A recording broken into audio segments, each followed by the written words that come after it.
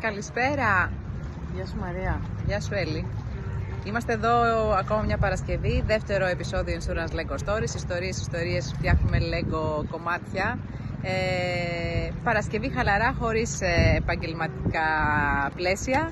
Θα ήθελα να ακούσω για την εβδομάδα σου, Έλλη. Τι θα ήθελες να μας πεις?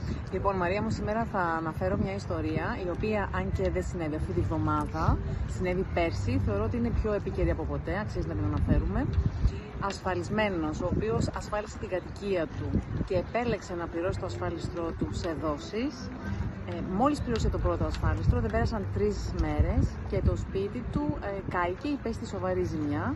Ήταν με τις μεγάλες πυρκαγιές πέρσι, Πολύ σωστά, το καλοκαίρι. Πολύ σωστά, ακριβώς αυτό.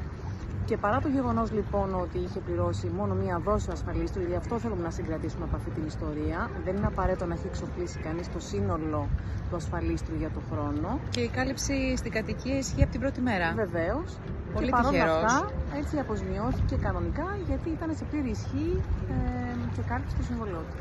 Οπότε θεωρώ ότι πέρα από την τύχη, μετά θα σκέφτηκε να μοιραστεί αυτό το όφελος και σε άλλους ανθρώπους δικούς του, για να έχουν την ίδια προστασία για κάτι τόσο σημαντικό. Εγώ θα ήθελα να μιλήσω για κάτι που δεν το λέμε τόσο συχνά, που αφορά τους επαγγελματίες, και είναι η λεγόμενη αστική ευθύνη.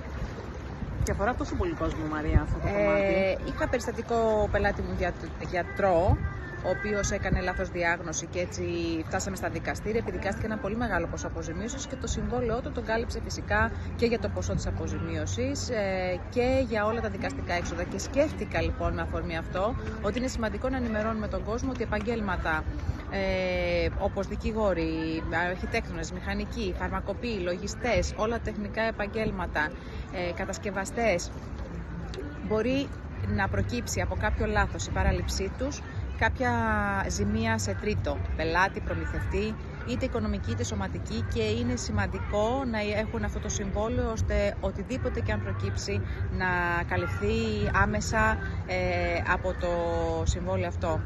Είναι κάτι που το συναντάς και εσύ και νομίζω ότι δεν το συζητάμε και πολύ και είναι καλό να το μοιραστούμε. Νομίζω με αυτό το περιστατικό είναι καλό να σκεφτούμε όλοι αν μπορούμε να έχουμε μια επαγγελματική κάλυψη αστικής ευθύνης και να το αναζητήσουμε φυσικά με τους συμβούλους μας. Ρωτήστε μας λοιπόν.